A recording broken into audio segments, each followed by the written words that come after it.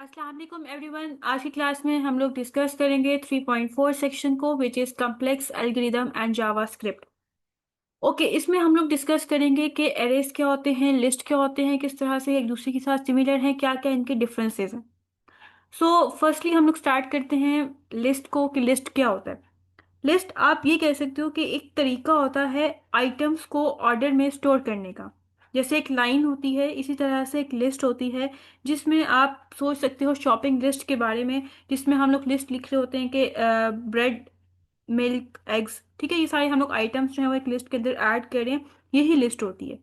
इसका मतलब क्या है कि जो आइटम्स होते हैं वो एक दूसरे के आगे पीछे जो है हम लोग सेट कर रहे होते हैं, ऑर्डर में सेट कर रहे होते हैं। और लिस्ट के अंदर हम लोग जो आइटम्स होते हैं उनको हम लोग ऐड भी कर सकते हैं, उसको हम लोग रिमूव भी कर सकते हैं। और उसके अंदर हमने कोई अगर आइटम फाइंड आउट करना है, कुछ सर्च करना है, तो वो भी हम लोग कर सकते हैं। अब यहाँ पे क्या लिखा हुआ है इसको हम लोग डिस्कस कर लेते हैं। A list is an abstract data type, ADT, which means it only defines what operations can be done like insert, delete, search। अब ये abstract data type है क्या? ये बहुत इजी है। बेसिकली इसमें ये बताया जाता है कि जो लिस्ट है उसमें हमने क्या चीज़ करनी है, कैसे करनी है, इससे हमारा कोई लेना देना नहीं है। कंप्यूटर किस तरह से लिस्ट को मेंटेन कर रहा है, किस तरह से आइटम्स को ऐड कर रहा है, कैसे कर रहा है, ये हम लोगों ने ये नहीं करना। ये इसके बारे में हम लोगों ने नहीं जो है वो सोचना। बस इसके अंदर हम लोगों ने ये चीज़ देखनी है कि लिस्ट क्या चीज़ करती है। ठीक है, आप क्या चीज़ लिस्ट के अंदर जो है वो ऐड कर सकते हो, रिमूव कर सकते हो, what you can do, basically ये चीज़ होती है। कौन कौन से ऑपरेशंस आप परफॉर्म कर सकते हो इन द लिस्ट। इंसर्ट कर सकते हो। इंसर्ट का मतलब क्या है कि अगर कोई भी आइटम ऐड करना है लिस्ट के अंदर तो वो कर सकते हो। अगर लिस्ट के अंदर जो भी आइटम्स है उनमें से कोई आइटम डिलीट करना है तो वो आप कर सकते हो। इन केस आपने देखना है कि क्या ये आइटम लिस्ट के अंदर एग्जिस्ट कर रहा है या नहीं कर रहा, मतलब सर्च करना है, तो आप सर्च कर सकते हो। ये एब्स्ट्रैक्ट डेटा टाइप है। It stores element in a order sequence, मतलब प्रॉपर सीक्वेंस के साथ ये आइटम्स को स्टोर कर रहा होता है। फिर उसके बाद इसकी हम लोग रियल लाइफ एग्जांपल देख लेते हैं। जैसे शॉपिंग लिस्ट होती है जिसमें ब्रेड, मिल्क, एग्स, हम लोग मार्केट जाने से पहले एक दफ़ा लिस्ट बना लेते हैं कि हमें क्या क्या चीज़ जो है वो परचेज करनी है। तो वो जो लिस्ट है वही ये वाली लिस्ट है। अब उसके बाद हम लोग एरेज को डिस्कस कर लेते हैं। एरेज क्या होते हैं? Arrays is a built in data structure in JavaScript. अब ये क्या चीज़ है? देखने से एक बहुत मुश्किल चीज़ लग रही है, लेकिन ये बहुत इजी है कि जो एरेज हैं वो ऑलरेडी जावास्क्रिप्ट लैंग्वेज के अंदर बने हुए हैं, डेवलप किए गए हैं। जस्ट हमें इनको यूज़ करना होता है, हमें इनको बनाना नहीं पड़ता। लिस्ट को हमें प्रॉपर पहले बनाना पड़ता है, लेकिन एरेज को हमें नहीं बनाना पड़ता। ये बिल्ट इन डाटा स्ट्रक्चर है, जस्ट हम लोग एरेज को यूज़ करते हैं। अब हमें ये पता होना चाहिए कि एरेज बेसिकली होते क्या हैं। आपने वेरिएबल का नाम सुना होगा कि जो वेरिएबल्स होते हैं उसको हम लोग इसलिए यूज करते हैं ताकि उसके अंदर हम लोग कोई भी वैल्यू को स्टोर कर सके। अब जैसे फॉर एग्जांपल हम लोग जो है वो एक वेरिएबल बना लेते हैं फ्रूट नाम का, फ्रूट वन, और उसके अंदर हम लोग वैल्यू स्टोर करवा देते हैं एप्पल। सिमिलरली एक और वेरिएबल हम लोग क्रिएट कर रहे हैं फ्रूट टू नाम से, और जिसके अंदर हम लोग बनाना स्टोर करवा लेते हैं। सिमिलरली एक और हम लोग वेरिएबल बना लेते हैं फ्रूट थ्री नाम से, और उसके अंदर हम लोग ग्रेप्स को स्टोर करवा लेते हैं। बनाते कैसे हैं? हम लोग कोई भी कीवर्ड यूज करते हैं, जैसे इस केस में हम लोग लेट कीवर्ड यूज कर लेते हैं। और हम लोगों ने यहाँ पे भी एक वेरिएबल बनाया फ्रूट वन के नाम से, और उसके अंदर हम लोगों ने एप्पल को स्टोर करवा लिया। एक वैल्यू थी जो हमने स्टोर करवा ली। फिर हम लोगों ने एक और वेरिएबल बनाया है फ्रूट टू नाम नाम का, और उसके अंदर हम लोगों ने बनाना को स्टोर करवा लिया। सिमिलरली एक और हम लोगों ने वेरिएबल क्रिएट किया है फ्रूट थ्री नाम से, और उसके अंदर हम लोगों ने ग्रेप्स को स्टोर करवा लिया।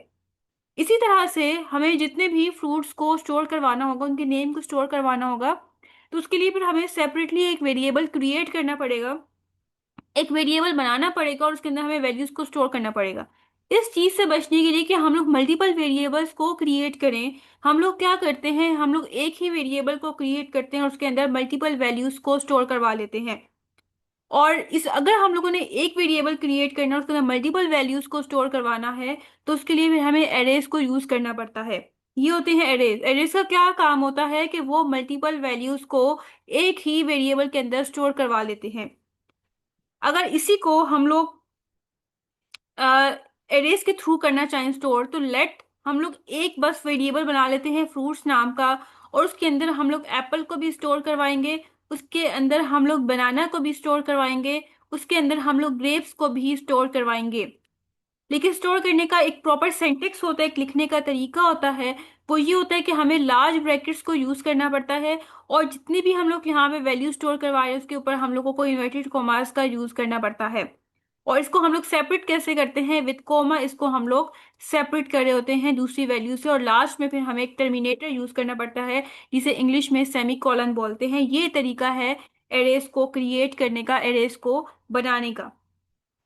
नेक्स्ट पॉइंट इसका है, it stores data in a continuous memory location. इसका मतलब ये है कि यहाँ पे जो वैल्यूज हैं वो एक के बाद एक वैल्यू आ रही होती है, बीच में कोई स्पेस एम्प्टी नहीं होती, कंटिन्यूसली वैल्यूज को स्टोर किया जा रहा होता है।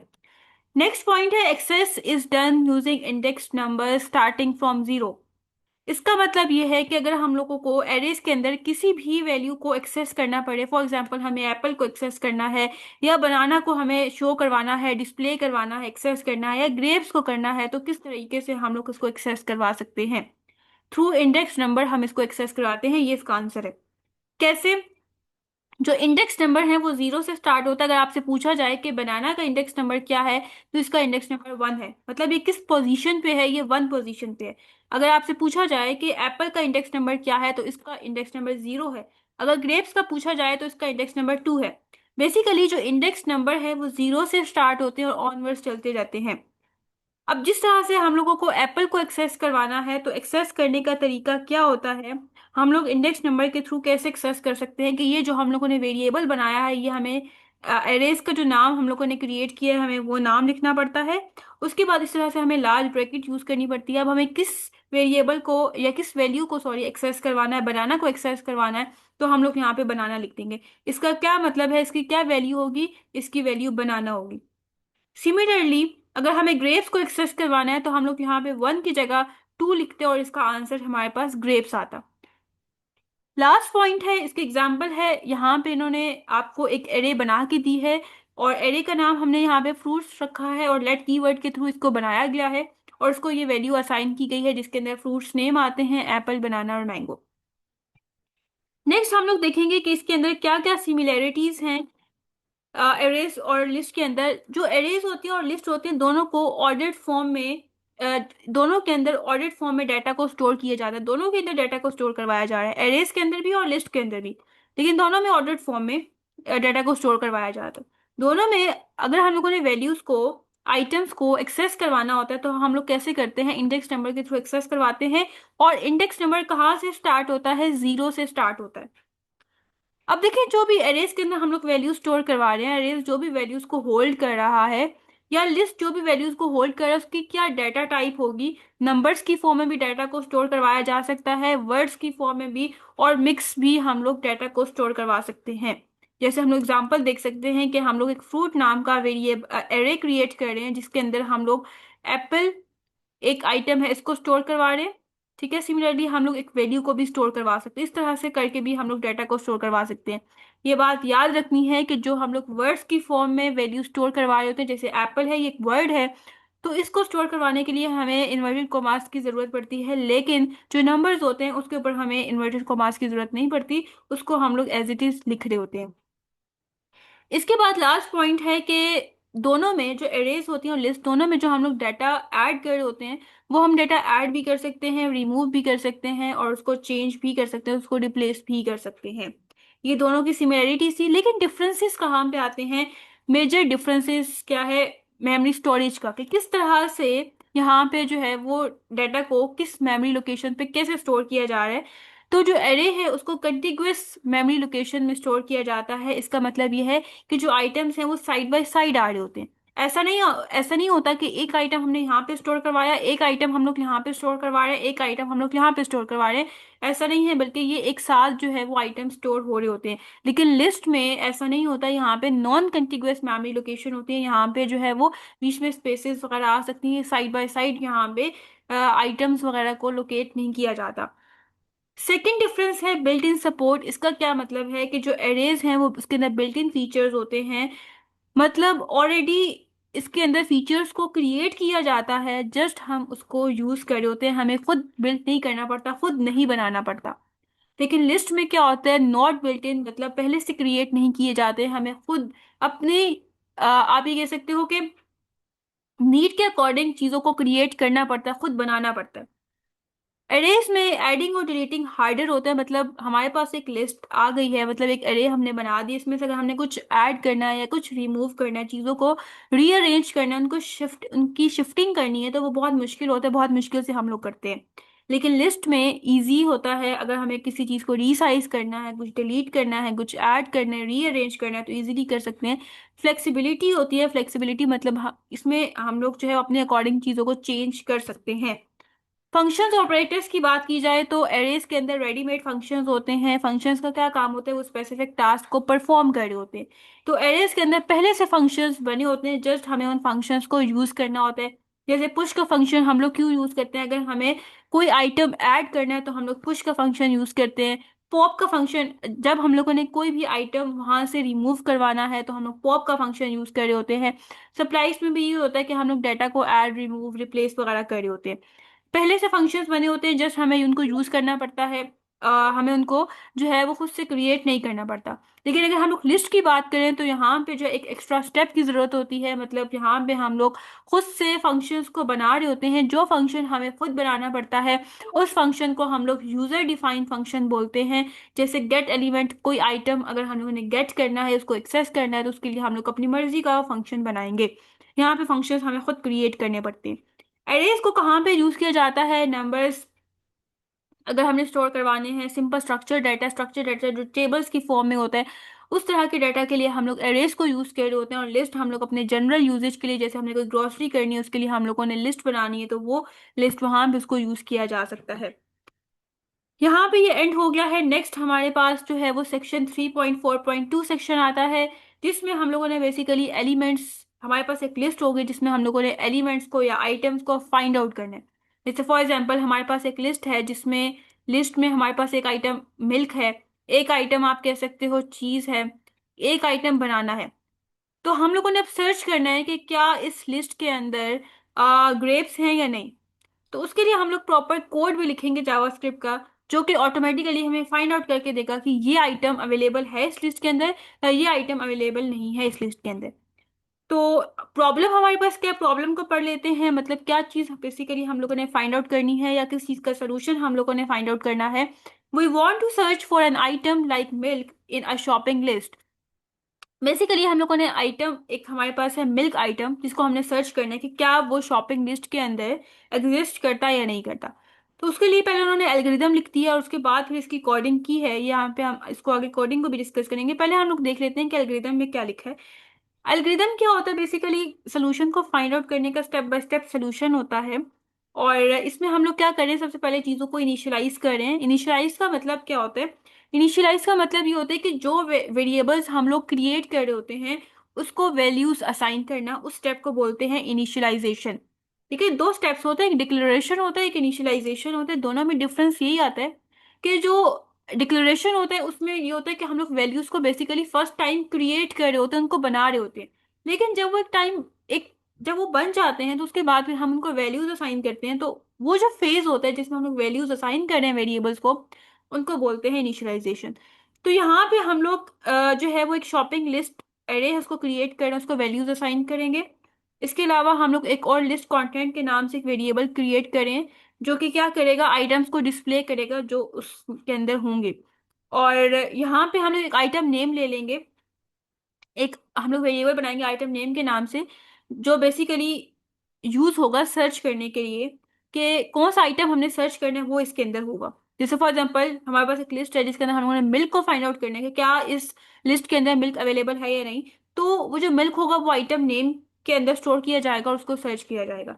अब उसके बाद हम लोग पहले तो डिस्प्ले करेंगे शॉपिंग लिस्ट को, ठीक है, कि हमारे पास कौन कौन से आइटम्स हैं, और थर्ड नंबर पे जाके हम सर्च करेंगे जिस आइटम को हम लोगों ने फाइंड आउट करना होगा। तो डिस्प्ले में क्या होगा कि हम लोग लूप को यूज करेंगे और वो डिस्प्ले करेगा वन बाय वन कौन कौन से शॉपिंग लिस्ट के अंदर आइटम्स हैं। और उसके बाद इसका जो सेकंड पॉइंट है, add each item into list content with commas. Commas के थ्रू हम इनको सेपरेट करेंगे। जिसके अंदर आइटम्स होंगे ना, जैसे मिल्क है उसके बाद कोमा आ जाएगा, फिर उसके बाद बनाना आ जाएगा, फिर उसके बाद चीज, जो भी आइटम्स है उनको हम लोग कोमा से सेपरेट करेंगे। और लास्ट में जो है, जो कंप्लीट लिस्ट है वो वेब पेज के ऊपर हमारे पास शो हो जाएगी। थर्ड नंबर पे हम लोग क्या करेंगे, कोड के अंदर हम लोग सर्च करेंगे आइटम को, और वो भी हम कैसे करेंगे, लूप के थ्रू हम लोग शॉपिंग लिस्ट को सर्च करेंगे। और वन बाय वन जो है, वो जो आइटम हम लोगों ने फाइंड आउट करना है वो सबके साथ मैच होगा कि क्या वो उसके अंदर एग्जिस्ट करता है या नहीं करता। इन केस एग्जिस्ट करता है, if current item matches item name, अगर वो आइटम नेम के साथ मैच कर जाता है तो इट्स मीन वो आइटम एग्जिस्ट करता है। तो हमारे पास जो रिजल्ट है वो शो हो जाएगा कि फाउंड, कि मिल गया हमें वो। और अगर लूप एंड हो गया है लेकिन लास्ट तक हमें वो आइटम नहीं मिला जो हमारे आइटम नेम के अंदर था, जैसे मिल्क है फॉर एग्जाम्पल, तो लास्ट में रिजल्ट शो हो जाएगा कि नॉट फाउंड। अब हम लोग प्रॉपर अपने कोड को देखते हैं, वन बाय वन डिस्कस करते हैं इसको। इस तरह की इसकी कुछ आउटपुट होगी जो आपको राइट साइड पे नजर भी आ रही है। सबसे पहले हम लोग एक टैग यूज करेंगे, डॉक टाइप HTML, जो कि शो कर रहा है कि ये जो डॉक्यूमेंट है वो HTML का है। उसके बाद हम लोग यहाँ पे HTML का टैग यूज करते हैं। देन हम लोग हेड का टैग यूज करते हैं। हेड के टैग के अंदर हम लोग टाइटल का टैग लिख रहे होते हैं, और टाइटल का टैग बेसिकली वेब पेज के ऊपर डिस्प्ले नहीं होता, बल्कि ऊपर जो टैब नजर आ रही होती है वहां पे टाइटल शो होता है।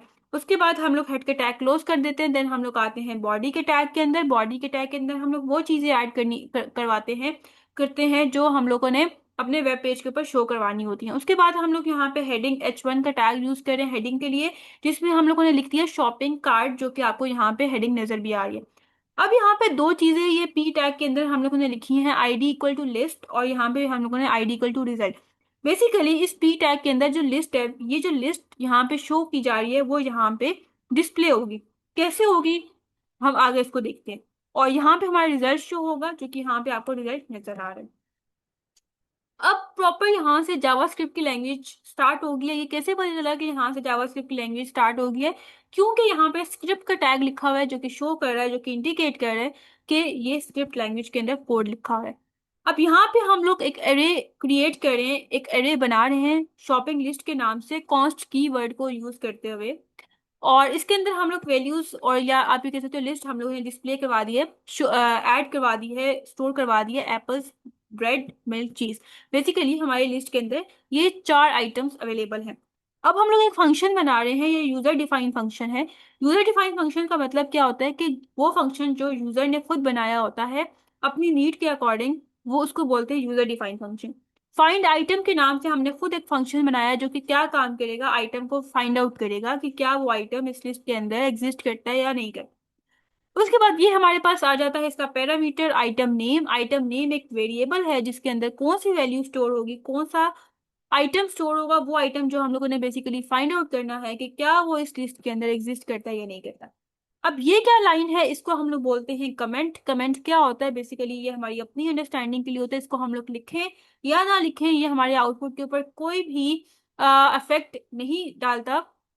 बेसिकली कमेंट हम लोग इसलिए लिखते हैं कि आगे हम लोगों ने कोड में क्या काम किया है वो चीज हम लोग कमेंट में मेंशन करते हैं, ताकि हम लोग बाद में अगर इस कोड को रीड आउट करें या कोई और इस कोड को रीड आउट करे तो वो उसको बेहतर तरीके से अंडरस्टैंड कर ले।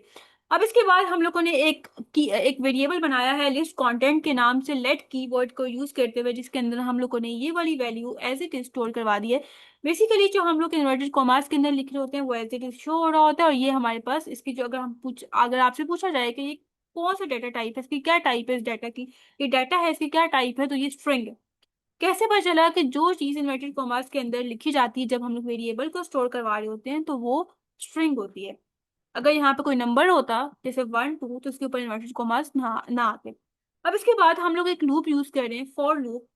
हम लोग इसलिए यूज करें ताकि हम लोग डिस्प्ले करवा सके अपनी लिस्ट को। ठीक है, वन बाय वन आइटम्स जो है वो डिस्प्ले हो सके। जैसे आप आउटपुट में देख सकते हैं कि यहाँ पे वन बाय वन ऐप जितने भी हमारे आइटम्स थे लिस्ट के अंदर वो सब डिस्प्ले हुए हैं। तो ये कैसे हुए, लूप के थ्रू है। लूप का क्या काम होता है, हम लोग लूप को क्यों यूज करते हैं और कब यूज करते हैं, जब हम लोगों ने कोई भी टास्क रिपीटेटिवली करवाना हो, रेपिटेशन कहीं आती हो, तो तब हम लोग लूप यूज करते हैं। जैसे बार बार हम लोगों ने आइटम्स को डिस्प्ले करवाना है तो उसके लिए भी हम लोगों ने लूप को यूज कर लिया। वन बाय वन ये सारे आइटम्स को डिस्प्ले करवा देगा। अब ये क्या चीज होती है, यहाँ पे हम लोगों ने एक आई नाम का वेरिएबल क्रिएट किया है लेट कीवर्ड को यूज करते हुए, जिसको हम लोगों ने वैल्यू असाइन की है 0। ये क्या चीज शो करता है, ये बेसिकली स्टार्टिंग पॉइंट शो करता है कि हमारा लूप कहाँ से स्टार्ट होगा। हमारा लूप 0 से स्टार्ट होगा। अब आगे क्या है, ये हमारे पास क्या होती है, कंडीशन होती है, और ये शो कर रही होती है कि कितने टाइम्स हमारा लूप चलेगा, कितनी दफा हमारा लूप चलेगा। अब ये लूप हमारा चलेगा शॉपिंग लिस्ट डॉट लेंथ। अब ये शॉपिंग लिस्ट डॉट लेंथ क्या चीज है, ये हमारे पास शॉपिंग लिस्ट है और ये लिस्ट है। वो ये कह रहे हैं कि जब तक आई की value shopping list dot length से छोटी है, स्मॉलर है, तब तक हमारा ये लूप चलता रहे। अब इसका मतलब क्या है, शॉपिंग लिस्ट डॉट लेंथ की वैल्यू क्या है, 1 2 3 4, 4 आइटम्स हैं, मतलब 4 वैल्यूज हैं। तो यहाँ पे इसकी वैल्यू 4 आ जाएगी।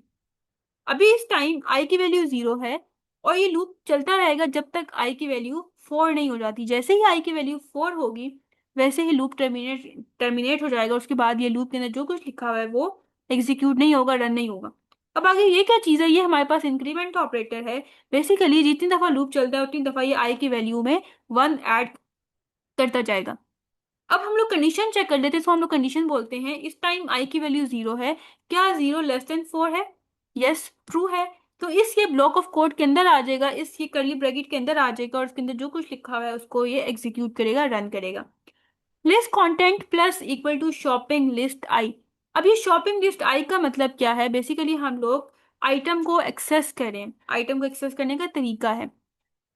शॉपिंग लिस्ट ये चीज है और ये आई क्या है, ये इंडेक्स नंबर को शो कर है। आई की वैल्यू 0 है, मतलब यहाँ पे अगर हम लोग देखें शॉपिंग लिस्ट ये, तो 0 इंडेक्स पे कौन सी वैल्यू है, ये 0 इंडेक्स पे वैल्यू है एप्पल। तो ये क्या करेगा, ये एप्पल को डिस्प्ले करवा देगा। फिर उसके बाद यहाँ पे दोबारा से एक कंडीशन आ जाती है, if I is less than shopping list dot length -1, कि अगर आई की वैल्यू, जैसे आई की वैल्यू 0 है, less than shopping list dot length की वैल्यू 4 है, 4 - 1 3। ठीक है, तो क्या 0 <3 है, हाँ ट्रू है। तो फिर इस ब्लॉक ऑफ कोड के अंदर आओ और इसको एग्जीक्यूट कर दो। अब जैसे कि कंडीशन ट्रू है तो इसके अंदर क्या लिखा हुआ है, list content plus equal two comma. वो ये कह रहे हैं कि ये जो हम लोग लिस्ट क्रिएट कर रहे हैं यहाँ पे कोमा ऐड कर दो, यहाँ पे कोमा ऐड हो जाएगा। फिर उसके बाद दोबारा से लूप चलेगा और ये ऊपर आ जाएगा। अब क्या होगा, इस इंक्रीमेंट ऑपरेटर की वजह से आई की वैल्यू 1 हो जाएगी, मतलब हर दफा 1 ऐड करेगा। दोबारा से कंडीशन चेक होगी कि क्या 1 <4 होता है, हाँ ट्रू है। तो दोबारा से इस ब्लॉक ऑफ कोड के अंदर आएगा और आगे जो है वो इसको एग्जीक्यूट करेगा शॉपिंग लिस्ट आई। अब आई की वैल्यू 1 हो गई है, तो मतलब जो भी इसके इंडेक्स नंबर 1 पे जो भी वैल्यू है इसको डिस्प्ले करवाना है। ब्रेड है तो आगे फिर ब्रेड शो हो जाएगी। उसके बाद दोबारा से कंडीशन चेक होगी आगे कि क्या 1 <3 है, मतलब अब तो आई की वैल्यू 1 हो गई है, क्या 1 <3 है, हाँ ट्रू है। तो फिर उसके बाद आगे कॉमा लगा दो।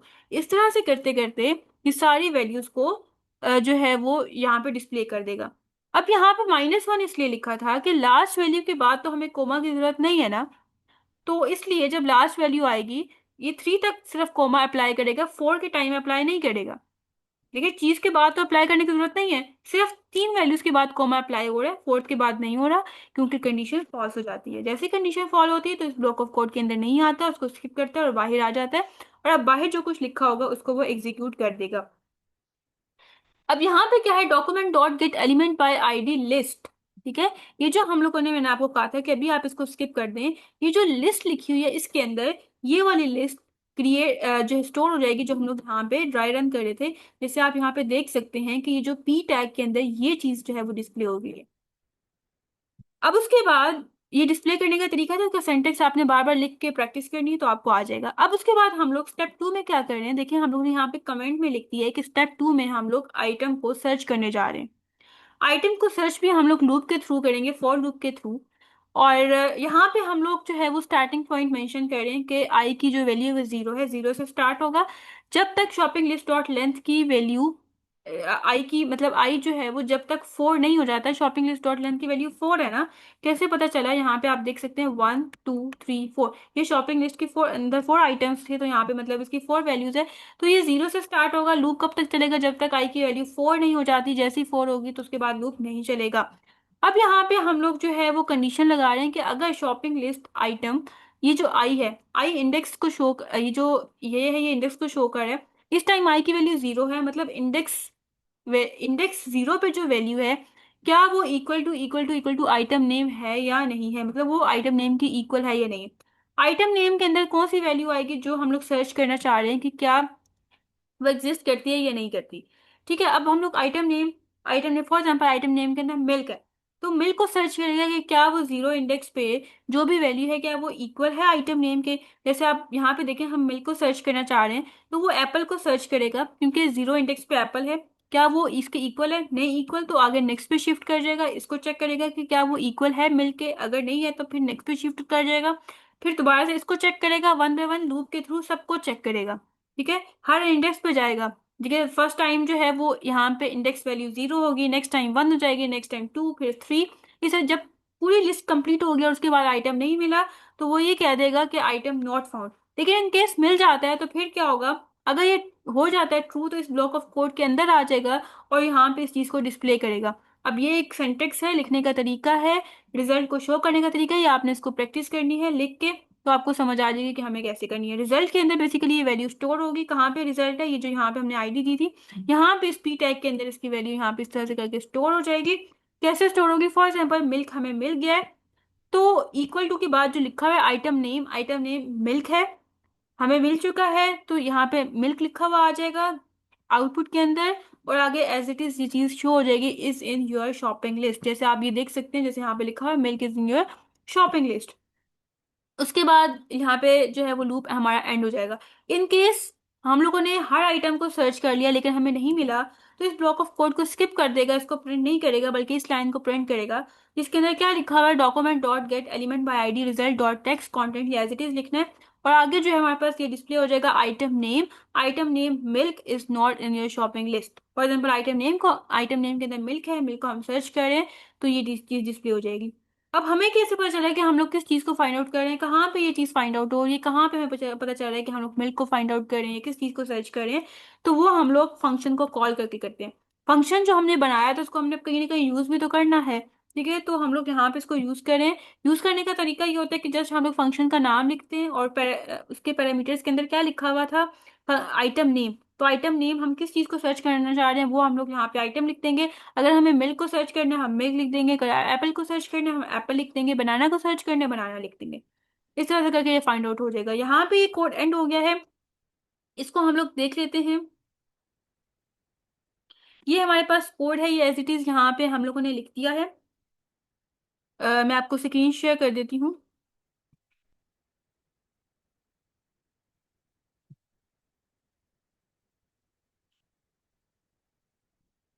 ओके, ये हमारे पास कोड है एज इट इज, ये वही कोड जो अभी हमने डिस्कस किया इसको हमने लिख दिया है। यहाँ पे हम लोग मिल्क को सर्च कर रहे हैं और सर्च करके देखते हैं कि क्या ये हमारा आता है या नहीं आता। यहाँ पे आप इसके आउटपुट देख सकते हैं, यहाँ पे लिखा हुआ है milk is your shopping list, क्योंकि वो शॉपिंग लिस्ट के अंदर एग्जिस्ट करता था, जिसकी वजह से जो है वो यहाँ पे आ गया। फॉर एग्जाम्पल हम लोग यहाँ पे लिख देते हैं केक और चेक करते हैं कि क्या हमारी लिस्ट के अंदर है या नहीं, हमें पता है कि नहीं है, लेकिन हम देखते हैं कि क्या हमारा जो ये कंपाइलर है ये सर्च कर पाता है या नहीं कर पाता, तो इसको हम लोग जो है वो सर्च कर लेते हैं। अब यहाँ पे देखिए, सॉरी, इसको हम लोगों ने दोबारा से करते हैं। तो यहाँ पे देखिए हमने केक को सर्च किया था, जो कि हमें पता था कि लिस्ट के अंदर नहीं है, तो हमारी कंपाइलर ने भी ठीक आंसर दिए कि cake is not in your shopping list. तो इस तरह से करके हम लोग इसको कर सकते हैं। ओके, आई होप सो आज का लेक्चर आपको समझ आया होगा। इन केस फिर भी कोई क्यूरी है तो आप कमेंट सेक्शन में पूछ सकते हैं।